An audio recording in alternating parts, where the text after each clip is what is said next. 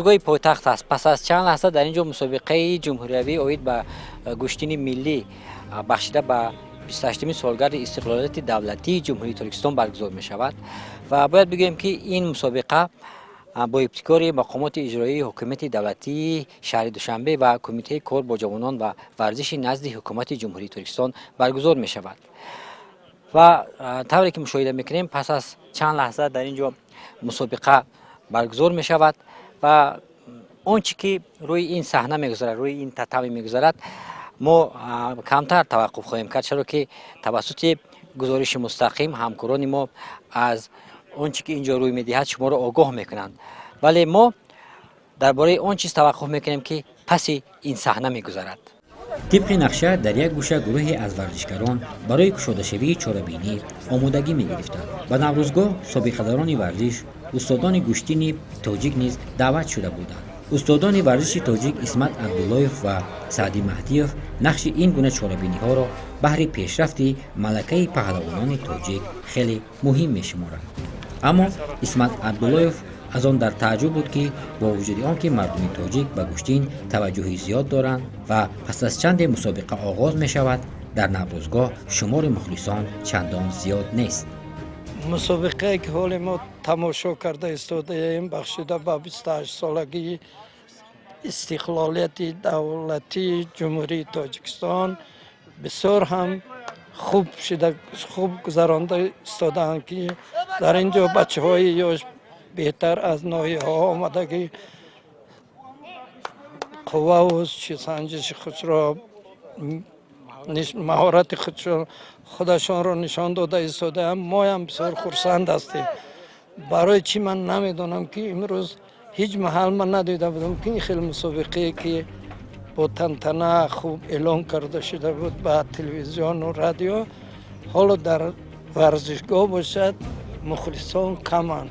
من امید دارم که مسابقه هایی که گذرانده می شود به تمام ریسپوبلیکا اعلان کرده شود که همه پهلوانان جمهوری اشتراک کنند، ما ویترانای ورزش تماشا کنیم. انا آینده من میخوام که همین از نمود گوشتینی ملی یک مسابقه عمومی جهانی گذرانند. بنا میخوای یگان است که همین اومده بینند، همین کمیته جوانان ورزش سیاحی همین را در نظر گرفته یک مسابقه جهانی اقلا دولت‌های همین همسایه را همین بسیار نقض می شود. متصدیان چاره‌بینی هنوز برای گشوده شوی مسابقه آمادگی می‌گرفتند و ما به پس صحنه رفتیم. اینجا پس صحنه نوروزگاه است. چنانکه که مشاهده میکنیم در اینجا صدها نفر ورزشکاران و پهلوانان تاجیک از منطقه‌های گوناگون جمهوری جمع آمدند که تا در این مسابقه اشتراک کنند. تا آغاز این مسابقه الکی لحظه‌ای به شمار مانده است. چنانکه که مشاهده میکنیم پهلوانان ما الکی در اینجا آمادگی گرفته هستند، قسم بدن گرم میکند، لباس عوض میکند و به همین طریق یک نوع خود را به این مسابقه آماده میسازد. ورزشکار نورس بختاور روزیوف از شهر کوشانیان به این مسابقه آمده است. او بار دوم است که در چنین چاره‌بینی اشتراک می‌نماید. به پیروزی خود اعتماد ندارد، اما یک نوع توکل خواهد کرد. چند سال شد مشت مشق می‌کنید؟ 4 سال شد. 4 سال؟ یکم بار اشتراک کردید در مسابقه؟ آه، اینجا همین 2 سال پیش همین مسابقه در اشتراک کرده بودم، باید داده بودم. چی امید داری این چاره‌بینی؟ خیلی اگه همه با یک امید میاد. چیزی شوه که این تقدیرمون میبینیم ما. در گوشه دیگر پهلوان معروف تاجیک تیمور رحیم افرادی از صحبت کردن با ما خودداری کرد. گفت که نیت اشتراک کردن در این مسابقه را ندارد، تنها برای مخلصی کردن چند از شاگردانش آمده است. وقتی مسابقه آغاز شد ما پس صحنه قرار داشتیم. نفری از متصدیان چاره‌بینی به نزد ورزشکاران آمده یک آنها را برای برآمدن به میدان مسابقه دعوت کرد.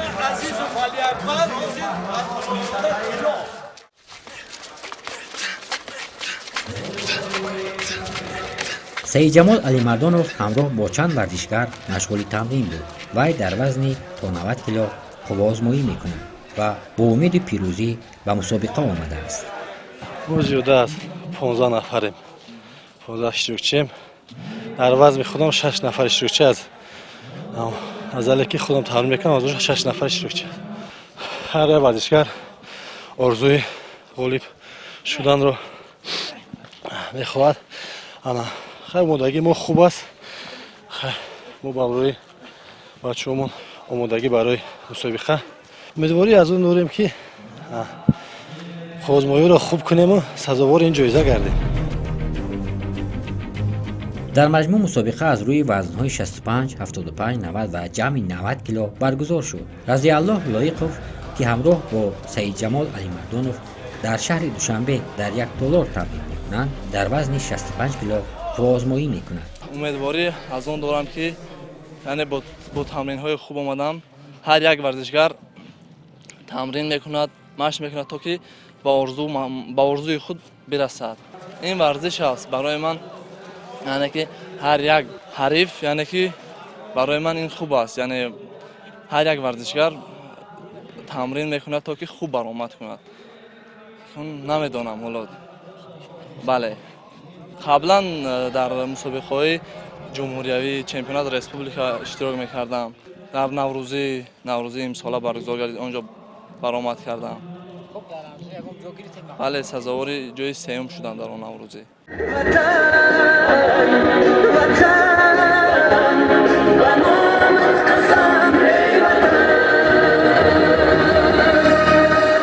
пас аз гузаштани соате аз қувваозмоии варзишгарон, маросими кушодашавии мусобиқа баргузор шуд. муовини якуми кумитаи кор бо ҷавонон ва варзиши назди ҳукумати ҷумҳурии Тоҷикистон Ризо Назарзода ва раиси Федератсияи Гуштини милли гуштингирӣ Лоиқ Ашуров ба кулли варзишгарон ва иштирокчиёни мусобиқа комёбӣ таманно карданд. баъдан собиқадорони соҳа бо тӯҳфаҳои пулӣ ва як гурӯҳ доварон бо диплому ифтихорномаҳо қадрдонӣ шуданд.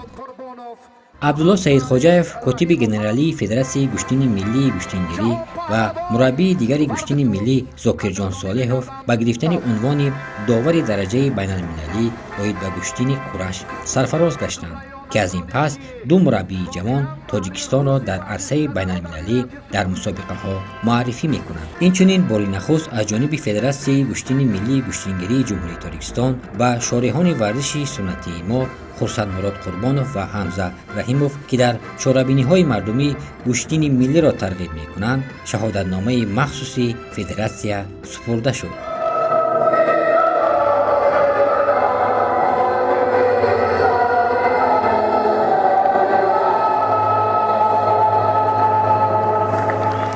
ҳамин тавр пас аз садо додани суруди миллии ҷумҳурии Тоҷикистон мусобиқа идома ёфт. варзишгар аз Бадахшон Ёқубҷон Боқиёв аллакай сеюмин пирӯзии хешро ба даст оварду дар интизори рақиби навбатии худ буд. ман дастаи вилояти мухтори Бадахшон дар вазни 65 кило баромад кардам. ман ба асои ҳарифи худам ғолиб омадам. умеди калон дорем ки бо ранги 2018 як бурга ғолиб шавем. мураббимон Хуҷанҷил Бовар дар пеш ҳамон тамрин мекунем. хуб, шумо гуштини милли машқ мекунед? гуштин дзюдо. соли 2017 чемпион ҷумҳурӣ шудам, дар устоди варзиш шудам. оянда да бод кӯшиш мекунем ба берун аз давлат байрақи худро баланд бардорем. варзишгари ҷавон Расул Саидов дар як рақобати худ дар вазни 75 кило ғолиб омад. баробари берун шудан аз майдон дар паси саҳна вохӯрдем. ман дар вазни 75 килограмм қозмоӣ кардам. рақиби якуми ман Абдуллои Фераж буд ки ман ӯро мағлуб кардам. ба даври навбатӣ тайёр шудастам. чӣ умеде доред шумо аз замини мусобиқа? аз замини мусобиқа ба даст овардан ҷои якум ва оянда мисли Расул Боқиев шудам.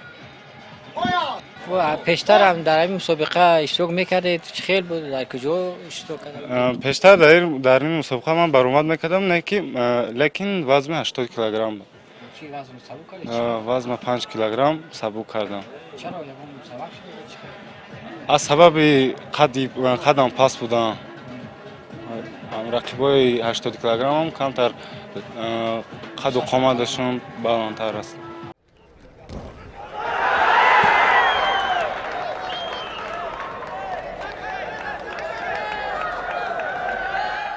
дар ин маъракаи паҳлавонӣ ки дар ҳузури мухлисони зиёди гуштин сурат гирифт, ғолибиятро дар вазни 65 кило паҳлавони шинохтаи мамлакат Разиаллоҳ Лоиқов ба даст овард.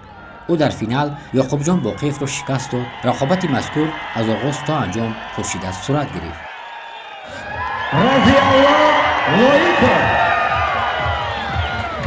зинаи сеюмро хайрандеш Муродзода ба даст овард. рақиби аввалини ман Аламов Сомон буд, яъне ки рақибони хуб будан ҳамашон. ва рақиби финалии ман Боқиев Ёқубҷон буд ки ӯ низам яке аз варзишгарони хуби кишвар аст. ва ман дар охири финалӣ яъне сазовори ҷои намоён шудам, сазовори ҷои аввал.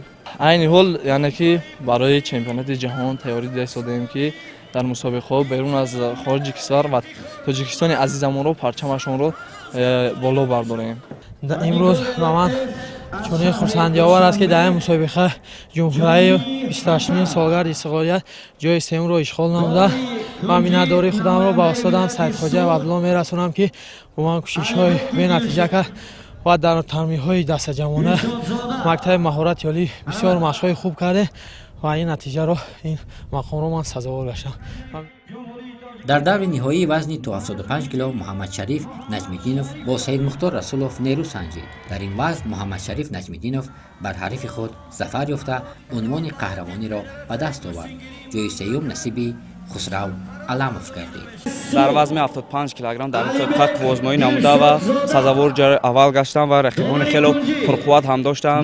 яке аз онҳо Саидов Мухтор мебошад ки он хело рақибони пурқуввати ман буд. миннатдории худамро ба устоди худам ҳукумату фарову мерасонам ки манро барои ин мусобиқа хело тайёр карда дар ин ҷо қуввозмоӣ намуда ҷои аввалро ишғол намудам дар вазни 75 килограмм.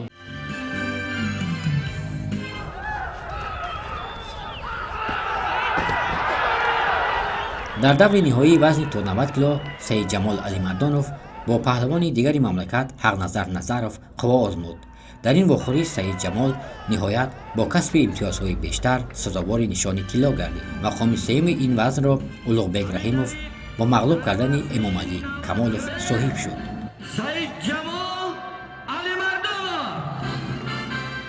аввалан шукронаи Истиқлолият, шукронаи тилҷии давлат, шукрона аз он мекунем ки чунин сарвари ғамхору меҳнатбон дорем ки чунин мусобиқаҳо барои варзишгарон баргузор мегардад ва мехоҳам ки мин баъд тамринҳоро зиёд кунаму ба мусобиқаҳои байналмилалӣ бештар иштирок кунам, сазовори ҷои намоён шаваму парчами азизи худро баланд бардорам.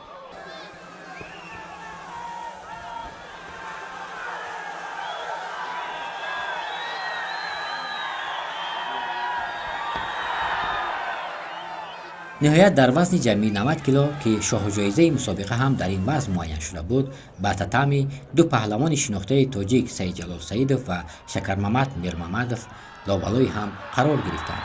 қуввосанҷӣ ҷолибу диданӣ сурат гирифта, пас аз анҷоми вақт Шакармамад Мирмамадов бо бештари имтиёзҳо ғолиб дониста шуд. Саидчалол Саидов ки то ин ҷониб борҳо ба дарёфти шоҳҷоиза дар маъракаҳои паҳлавонӣ даст ёфта буд, ин маротиб натавонист ки дар рақобати асосии мусобиқаи мазкур ғолиб шавад.